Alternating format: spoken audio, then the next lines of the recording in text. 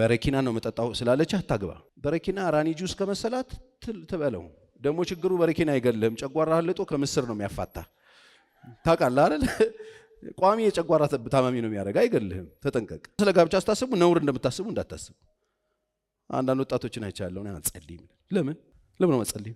እግዚአብሔር ሆይ ጥሩ ሚስት አድርገኝ በይና ጸልይ። ትልቅ ሴትዮ እድሜዋ በጣም ሄዷል፣ ረጅም ጊዜ እና በቃ አሁን አላገባም ብላ ነው የኖረችው። ረጅም ጊዜ ቆፍጠን ብላ ነው የኖረችውና ላግባ በቃ አሁን ምናምን አለችኝና ለምን ስለት በቃ አልቻልኩም አለች። ምክንያቱም በቃ እሺ ገብቶኛል። እሱ ግን አሁን ላግባ ያልሽው ሰውዬ ባይችልስ ገብቶ በጌታ በኢየሱስ ስም አለች። እውነት እኔ እንደ ጂኒ ነው የገሰጸችኝ። በኢየሱስ ስም አለችኝ። ምን ነው ስላት እንደዚህማ አትበላለችኝ። እንዴት እኔ እኮ አይደለሁም ቢፈጠርስ እሱን አስበሽ ገብተሽ ባይኖር ትኖር ያለሽ ስላት ኔቨር ኤቨር አለች። ጸልዩ። እግዚአብሔር በቃ ዝግጅት ያስፈልገናል። እግዚአብሔር በተዘጋጀ ሰው ላይ ነው የሚሰራው። ምንም ሳትዘጋጀ ኖ ትዳር ምናምን ስትይ ማይጠይቅሻል እንጂ ለምን ይጠይቅሻል? ያልተዘጋጀ ሰው ለምን ይጠይቃል? እፈልጋለሁ እግዚአብሔር ሆይ ስጠኝ። እንደው በአማርኛ እንኳን እንትን ካላችሁ በልሳን ተንበረክኩ። ጎረቤት እንዳይሰማ ከፈልጋችሁ መጽሐፍ ቅዱስ በምሳሌ ምዕራፍ 30 ቁጥር 24 ላይ በምድር ላይ 4 ጥቃቅን ፍጥረቶች አሉ፣ እርሱ ደግሞ እጅግ ጠቢባን ናቸው ይላል። እጅግ ጠቢባን ናቸው ብሎ መጽሐፍ ቅዱስ ያስቀመጣቸው 4 ጠቢባን በጣም ጥቃቅን እንስሳት አሉ ብሎ አንደኛው የግብረ ጉንዳን ነው። ምንድነው ጠቢብ ያሰኘው ሲባል በበጋ ምግባቸውን ይሰበስባሉ። ስለዚህ አንድ ጠቢብ የሚባለው አንድ ሰው ቀን ሳለ ማድረግ ያለበትን የሚያደርግ ነው። ስለዚህ ወጣቶች በወጣትነታችን ወራት በወጣትነታችሁ ጊዜ ማድረግ ያለባችሁን ነገር ካረጋችሁ በጣም ጠቢባን ናችሁ። ስለዚህ በወጣትነት ጊዜ ጠቢብ የሚባለው አንድ ሰው በወጣትነቱ ጊዜ ማድረግ ያለበትን ሲያደርግ ነው። በወጣትነት ጊዜው ቸበርቻቻ ምናምን ልሩጥ ልዝለል ልፍረጥ ምናምን ሳይል ሰብሰብ ብሎ ነገውን ዛሬ መስራት ከቻለ ከእግዚአብሔር ጋር ከሆነ እግዚአብሔር ሊሰጠው የሚሰጠውን ነገር በሙሉ ተቀብሎ ነገውን መገንባት የሚችልበት የሚገርሙ ማቴሪያሎች ከእግዚአብሔር መውሰድ ይችላል። ጉንዳንን ጠቢብ ያስባለው ክረምት ከመምጣቱ በፊት በበጋ መኖን ይሰበስባል የሚለውን አንስተናል። የዛሬ ሁለተኛው ጠቢቡ የክብር እንግዳችን ሽኮኮዎች ናቸው። ሽኮኮ ይላል። ሽኮኮም ጠቢብ ተብሏል። ድሮ የምናውቀው ሽኮኮ ራስ ምናምን ተብሎ ሰው ሲሰደብ ምናምን ይሆን ሽኮኮ ነገር ነው ምናምን በተለይ ቀስ ብሎ ኮቴ ሳያሰማ ምናምን ይሄ ምን ሽኮኮ ነገር ነው ምናምን ይባላል። እኛ የምታውቁት ስድቡን ነው፣ ግን ጠቢብ ናቸው። ምንድነው ጠቢብ ያደረጋቸው ሲባል ያልበረቱ ህዝቦች ናቸው ይላል። አቅም የላቸው ያልበረቱ ህዝቦች ናቸው። ስለነሱ የሚሟገት የለም፣ የሚጮህላቸው የለም። ለራሳቸውም ብዙ አቅም የላቸውም። ግን የሚገርመው ነገር ቤታቸውን ግን በቋጥኝ ድንጋይ ውስጥ ያደርጋሉ ይላል። ሽኮኮች ያልበረቱ ናቸው፣ አቅም የላቸው፣ በጣም ሲምፕል ናቸው። ማንም ጉዳት ሊያደርስባቸው ይችላል። ብርቱ አይደሉም፣ ኃይለኞች አይደሉም። በኃይላቸው አይመኩም፣ በጉልበታቸው አይመኩም። አለን የሚሉት ጉልበት የላቸውም፣ የሚታይ ኃይልም ጉልበትም የላቸውም። ግን በጣም ጠቢብ ናቸው። ጠቢብ ያስባላቸው ቤታቸውን ግን በቋጥኝ ድንጋይ ውስጥ ያደርጋሉ። አለት ውስጥ ነው ቤታቸውን የሚሰሩት። ስለዚህ አንድን ሰው ጠቢብ የሚያስብለው ምንድነው ከተባለ ዛሬ ያለበት ድካም፣ የኑሮ ሁኔታ፣ የዘር ሁኔታ፣ የቤተሰብ ሁኔታ፣ ኢኮኖሚ ሁኔታ አንተ በጣም ደካማ ልትሆን ትችላለህ። ቤትህን የምትሰራው ግን በምንድነው? ጠቢብ የሚባለው ቤቱን ጉዳት ሊያመጣበት በማይችል ማቴሪያል ሲሰራ።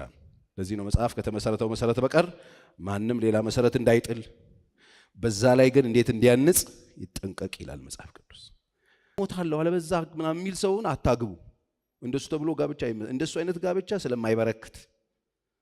ስለዚህ ለጓደኞቻችን ተብሎ አንዱ ሞታለሁ ስላለ፣ አንዱ ስላስፈራራ፣ አንዱ ስላለቀሰ፣ አንዱ ሳያምንበት ያኛው እርዳታ አይደለም። ጋብቻ ለተቸገረ ሰው የምንረዳው ነገር አይደለም። ፍራንክ ስጡት፣ ትራንስፖርት ስጡት። ጋብቻ አይሰጥም ለሚከፋ ሰው።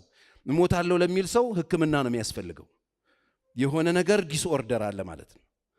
ስለዚህ አንቺን ካላገኘው ሞታለሁ፣ አንተን ካላገኘው ሞታለሁ፣ እንዴት ድንግልናዬን ወስደ እንደዚህማ አይሆንም ምናምን ካለ ቆም በሉና የት ሐኪም ቤት እንደምትሄዱ ተነጋገሩ እንጂ ሜሬጅ ውስጥ አይገባም ስለሚፈርስ። እንደሱ የገቡ ቤቶች ብዙዎቹ ድሮም እኮ ለምኝሽኝ እንጂ የገባሁት እኔ ፈልጌሽ አይደለም ይልሻል። እንዴት ነው ራሱ እንደብድ ትላለች። ለምነሽኝ ነው በግድ ሞታለሁ ስላልሽኝ ነው ይልሻል። አንቺ ትዳር ነው ወይስ ምንድነው? የሆነ መቄዶንያ የገባሽ ነው ይመስልሽ? እርዳታ የሆነ ሰው እየረዳሽ ነው ይመስልሽ። ቁም ነገር ማግባትሽን ብቻ ሰዎች አገባች መባልሽን ብቻ ስለሆነ አስበሽ የገባሽው ከሁለት ወር በኋላ እኔ እኮ ላንቺ ብዬ የማላረግልሽ ነገር የለም ብሎ ዱኩማን ያደርግሻል ቤት ውስጥ እና አንቺ ተረጂ እሱ ረጂ ይሆንብሻል። ቤቱን አይኖርም። እጭ ብለሽ ትወጫለሽ። እንደ ሚስት አክብረኝ ምናምን ስትይ ለምን ማከብርሽ እንዳትሞቺ እኮ ነው ልረዳሽ የመጣሁት ይልሽ። አየሽ? ስለዚህ ይሄ ችግር ስላለ ተጠንቀቁ። አማካሪዎቻችንን የትዳር አጋር አድርጎ የማሰብ ነገር አለ። ብዙ ሰዎች እንደዚህ ሲሰማን ምናምን ሰው ይሄን ሰውዬ ባገባው አይነት ውስጥ ሴት ደግሞ ከሆነች ምሰማ በቃ እኔ እኮ የምፈልገው እንደዚህ ጸጥ ብላ ምሰማኝ ነው ይላል ወንዱም። ምክንያቱም ቤት ያለችው ባፍ ጋባው እያለ ስለምትገባ እችኛዋ እየሰማች ቀጥል ችግር የለም እያለ ስለምታው በቃ እኔ እኮ ይሄንን ነው ይላል። እና አማካሪዎቻችንን የትዳር አጋር አድርጎ የማሰብ ነገር አለ። የሚያሳዝነው ነገር እነዚህ ሰዎች ቤትም ገብተው የሚፈልጉት ሚስት ሳይሆን ምንድነው አማካሪ ነው። ቤት ውስጥ የሆነ ካውንስል እያደረኳት ሚስቴን ስትኖር አስብከው እንደዚህ የለም። እንደሱ ዘማሪዎችን ያገቡ ሰዎች አሉ። አንድ በጣም ቆንጆ ድምጽ የነበራትን ዘማሪ አንድ ወንድም በቃ ተሻምቶ ወሰዳት እና ተሻምቶ በቃ በግርግር እኔ ነኝ እሞታለሁ ምናምን ብሎ አገባት። ከዛ ባገባ በማግስቱ ዘምሪልኝ ቢል አልጋ ላይ ማለት ነው ዘምሪልኝ በቃ ያንን ድንቅ ድምጽሽን ልቀቂው አለ። ሊያዘምር ማለት ነው ቤት ገብቶ። እንደዚህ የለም። የትዳር አማካሪ አግብተህ ቤት አታማክርህም። የራሷን ኑሮ አላት። እሷ ትፈልጋለች ሌላ ያንተን ሰፖርት፣ ያንተን ምገባ፣ ያንተን ነገር የምትፈልግ ነው የምትሆነው። ስለዚህ ይህንን የተሳሳተ ነገር ይዘው ሰዎች ይገባሉ።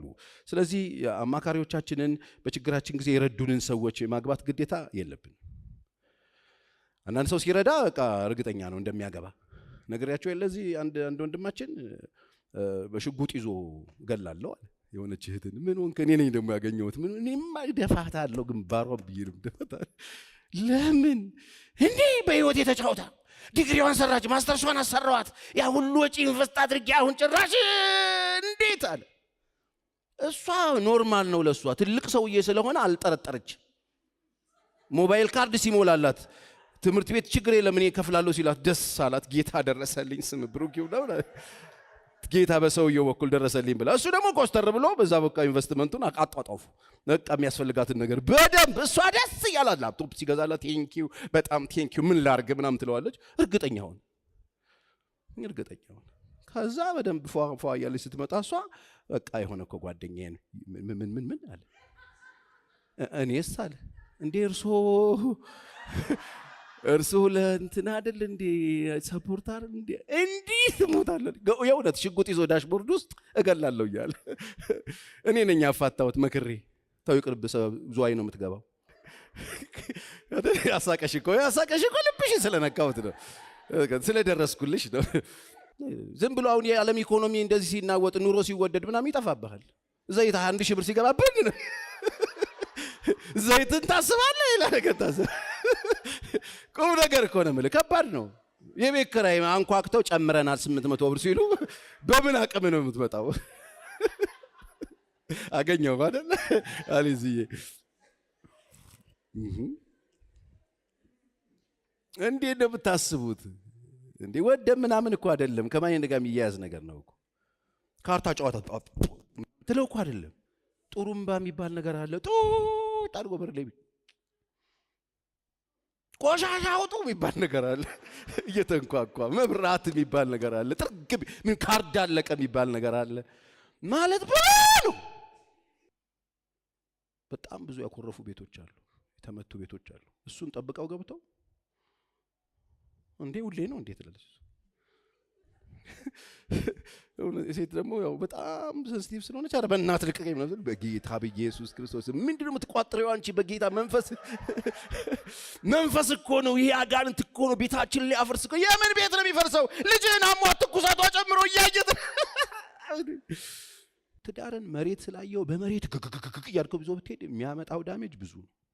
ልክ አውሮፕላኑን አንስተን ብንነዳው በመድኃኔዓለም በኩል በእንትን በቡልቡላ ምናምን ብትል ቡልቡላ አድርጎ ነው ቁጭ የሚያደርግ።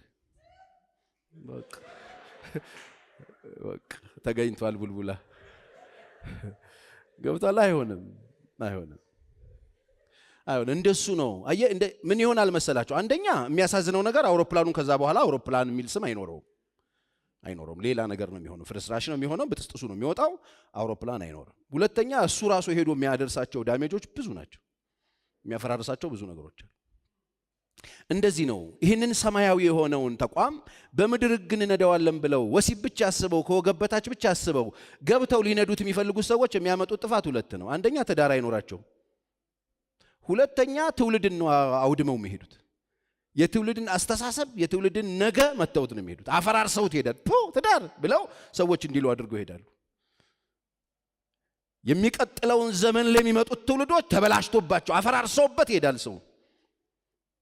ለምን ሲባል በመሬት ሕግ እንንዳው ሲሉ ማለት ነው። ሰማያዊ ነው። መሬት ላይ ያለ በሰማይ ሕግ የሚመራ እንደሆነ ማወቅ በጣም ነው የሚጠቅመው። ጤናማውስ ፓስተር ቸሪ ጤናማውን አንድ ሁለት ወይ ሶስት ነገር ልናገርና ከጊዜያችን ጋር እንጨርሳለን። ጤናማው የጋብቻ መሰረትስ ምንድነው ፓስተር ቸሪ? ጤናማው የእግዚአብሔር ፈቃድ ስለሆነ መጋባት በሁሉ ዘንድ ምን ይሆን ክቡር ይሆን ስለሚል ጤናማው ነገር ምንድነው ካላችሁኝ የእግዚአብሔር ፈቃድ ነው። በቃ ጋብቻ የእግዚአብሔር ፈቃድ ነው። ልናደርገው ስንል የእግዚአብሔር ፈቃድ እንደሆነ አውቀን ስለምናደርገው ጤናማው የእግዚአብሔር ፈቃድን ማድረጋችንን ማወቅ አለብን። ስለ ጋብቻ ስታስቡ ያሰባችሁት ነገር የእግዚአብሔር ፈቃድ ነው፣ ጥሩ ነገር ነው። ለዚህ ነው የሕፃናቶች ትንሾቹ ሳይቀሩ እንዲያውቁት ነው የምፈልገው። ጋብቻ ኃላፊነት ስለሆነ ሰው ተፈጥሮ ከፈጠረው በኋላ እግዚአብሔር ኃላፊነት ነው የሰጠው። ሰውየው አይደለም ትዳርን የፈለገው፣ ስለፈለገ አይደለም፣ ፈቃዱ ስለሆነ እግዚአብሔር ሰጠው እንጂ ሰውየው አሁን ደግሞ ሚስት ኤደን ገነት ውስጥ የምትሯሯጥ ምናምን ብሏል አላለም። እግዚአብሔር ስራ ሰጠውና ብቻውን እንዲሆን አልፈልግም አለ ራሱ እግዚአብሔር። የጋብቻ ባለቤት የእሱ ፈቃድ ስለሆነ ነው የምናገባው። እሁድ እያስተማርኩት ያለው ስለ እግዚአብሔር ፈቃድ። ለተፈጠራችሁት መልካም ለመስራት በክርስቶስ እንደገና ተፈጠርን። ምን ለማድረግ? መልካሙን ስራ ለመስራት ነው የተፈጠርን፣ ለስራ ነው የተፈጠርን። ስለዚህ እግዚአብሔር ፈቃድ ምን እንደሆነ ማወቅ አለብን። ሴቶች፣ ወንዶች የእግዚአብሔር ፈቃድ በእኔ ህይወት ምን እንደሆነ ካወቅኩኝ ለዛ ነገር ራሴ ሬዲ ያደርጋለሁ። ለሚመጣው ነገር ሲምፕሊ እንሰራዋለን። እግዚአብሔር ማስተዋል ይስጠን። ሌላው ይሄ እግዚአብሔር ፈቃድ ነው። ትዳር ውስጥ የምንገባበት ሌላኛው ጤናማው የጋብቻ መሰረት እግዚአብሔር በግላችን የሰጠን ያደረገልን ነገር አለ። ስንት ሰው ተደርጎለታል? እግዚአብሔር ለእኔ በግሌ ያደረገልኝ ነገር አለ የምትሉ ሰዎች አላችሁ? ከኮልኮሌ ውጪ ከቁስ ውጪ አለ? እስቲ የተደረገላችሁ ተደርጓል? ምንድን ነው ያደረገላችሁ? ምን አደረገለ ብትል ፍቅር ሰጠኝ፣ ራሱን ሰጠኝ፣ ህይወትን ሰጠኝ፣ ዘላለምን ሰጠኝ፣ ፍቃዱን ሰጠኝ፣ ህይወቱ በሩን ከፈተልኝ፣ መንግስቱን ሰጠኝ። ስለዚህ እግዚአብሔር ሰጥቶኛል የምንለውን መልስ የሌለውን ፍቅር ለመስጠት ነው የምናገባው። አሁን ከፈለክ አላገባም ማለት ትችላለህ። አቅም የለኝም ካልክ እሱን አቅም እስክታገኝ መጠበቅ ነው ያለብህ። አሁን ከፈለክ ኖ እኔ ለጋብቻ አልደረስኩም ማለት ትችላለህ። ለምን? አንድ ሰው ለጋብቻ ደረሰ የሚባለው ለመስጠት የመስጠት አቅም አዳም ላይ ሲደርስ ነው። ደረሰ የሚባለው አንድ ሰው የመስጠት ራሱን የመስጠት። አሁን እኮ ችግሩ ኮካኮላ ጋብዞ ራሱን የሚያሙ ሰው እያግብተሽ ነው መክረመት ወይ የትኛውን ፍቅር ልሰጥ? የተሰጠህን እኔ እንደወደድኳችሁ ነው ያለው። ስለዚህ የተወደድኩበት ፍቅርን እጄ የምሰጥበት ነው ትዳር። አዎ እስቲ ትዳራችሁ እንዴት ነው እያያችሁ ያላችሁት? የተሰጠህን ሰጥተሃል ወይ ነው በቃ አለቀ። ትዳር የምንቀበልበት አይደለም። ትዳር መቀበያ አይደለም፣ መስጫ ነው። ምን የምንሰጥበት? የተሰጠንን እግዚአብሔር አድርጎልኛል የምንለውን ነገር ለሌላ ሰው የምናደርግበት። አንተ ሰውዬ ባል ሆናለሁ ስትል የክርስቶስ ምሳሌ ሆናለሁ እያልከን ነው ማለት ነው። ሚስት ሆናለሁ ስትል አንድ ሴት ንጽሕትና ድንግል የሆነችዋን ያለ ፊት መጨማደድ የሆነችዋን ቤተ ክርስቲያን ሆናለሁ እያለች ነው ማለት ነው።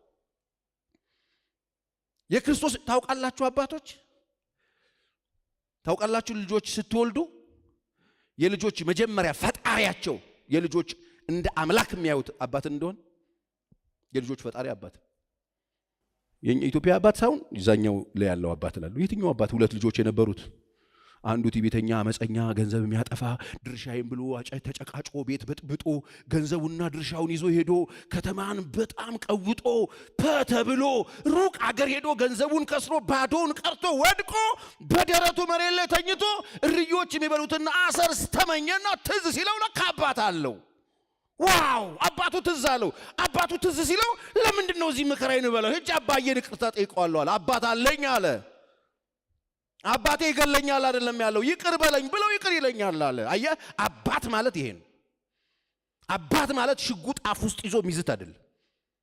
አባት ማለት ሲያገኝ ይገለኛል የሚባል አይደለም። አባት ማለት ልጁ ስቶ አጥፍቶ ሲመለስ በምህረት ሊቀበል የሚችል ልብ ያለው ማለት ነው። የእግዚአብሔር ልብ ያለው ማለት ነው። እግዚአብሔር ኃጢአት ሰርተህ ስትመጣ እንዴት ነው የሚቀበል? በቃ እግዚአብሔር ምሳሌ ማለት ነው። በቃ ፎቶ ገብገብ ፎቶ እዚህ ጋር ያዘኝ፣ እዚህ ጋር ያዘኝ፣ እዚህ ጋር እቅፍ አድርጎ እዚህ ጋር ይዝሻል። እንደዚህ እያልሽ ፎቶ ከኋላ ደርቦ ይዝሻል። ምንም የለም ፎቶ ነው። ትዳር የሚመስለው እሱ ነው ሰው። ከዛ በርቆኖሽ ይዘሽው ለሰው ሁሉ አሳይተሽው ከዛ ተተረሸዋለሽ። ከዛ አንዱ ልጅ ይመጣል የሚቀጥለው ቀን ላይ ሶስቱን ገንጥሎ አንዱን እዛ ስራ አንዱን ሲወለድ አልበም የሚባል አይኖርሽ። ዴሮት እሱ አይደለም ኃላፊነት ለመወጣት ሬዲ እንዴ። በተገናኘን ቁጥር ቆሮንቶስ 7 እንደሚል ምናምን ልበባል ነው እንዴ?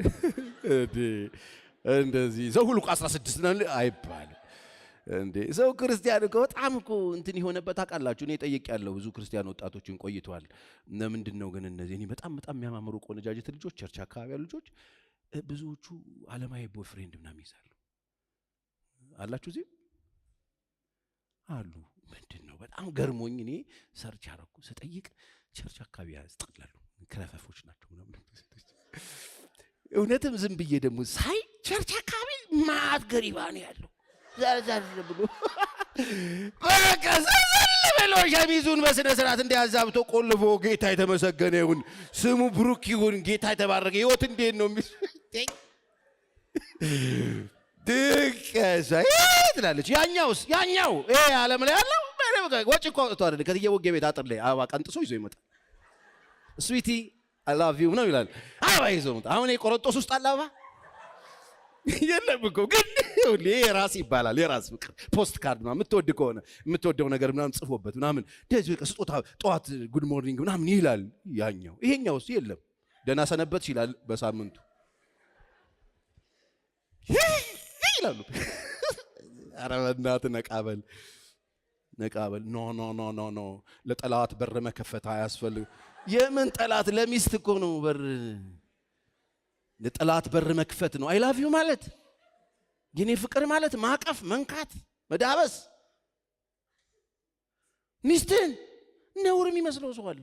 አረ ሰው እያየን ነው የሚል ሰው ያስ ልቅቂ በጌታ ብዬ ከና አለ እኮ አንዳንድ ሰው አይታል ሩጫ ነው ይመስለው። ወንድ ከፊት ሚስት ከኋላ እየተከተለ እንደዚህ አይነት ባላ ሚስቶች አባሮሽ ቢጫወቱ ይመስሉ ሰዎች አሉ።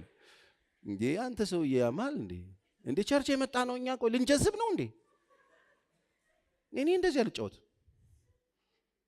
ድርቅ አርገሽ እንዴት ዋልክ ምናምን ከምትይ የኛንም እንሰጣለን። ክሬት አድርጉ፣ ቤታችሁን የሚያጣፍጥ ነገር አድርጉ። ሴቶችማ ጎበዞች ናቸው አውቃለሁ። እኔ ሚስት በጣም አንድ የሆነ ወንበር ተቀምጧል። የሚቀጥለው ቀን ስመጣ አዙረዋለች። ባለፈው ሳምንት ያየው መጋረጃ ተቀይሯል። ምን ደስ ይላል። ይሄ የእሷን እዚህ ውስጥ የለም። የሚያስደስት ነው ብላ የምታስበውን ታደርጋለህ። ገዛ የሆነ ነገር ትሰራና እንቁላሉ ዝም ብሎ ፍርፍር ብቻ ሳይሆን ዝም ብለህ እስቲ ደግሞ ሌላ ነገር አድርጊው። ብቻ የኛ ክሬት እያደረግን ቤታችንን የሚያጣፍጥ ነገር። አልጋውን እንደዚህ አዙሪው፣ ፊቱን ወደዛ፣ እሺ እንደዚህ። አንሶላውን ቀይር፣ የሆነ ነገር ቢጃማሽን ቀይር ምናምን የሆነ ብቻ ልውጥውጥ። እሱ ችግር የለው። የኛንም እንሰጣለን። ቁጭ ብሎ ጌታ ይሰራዋል። አይሰራው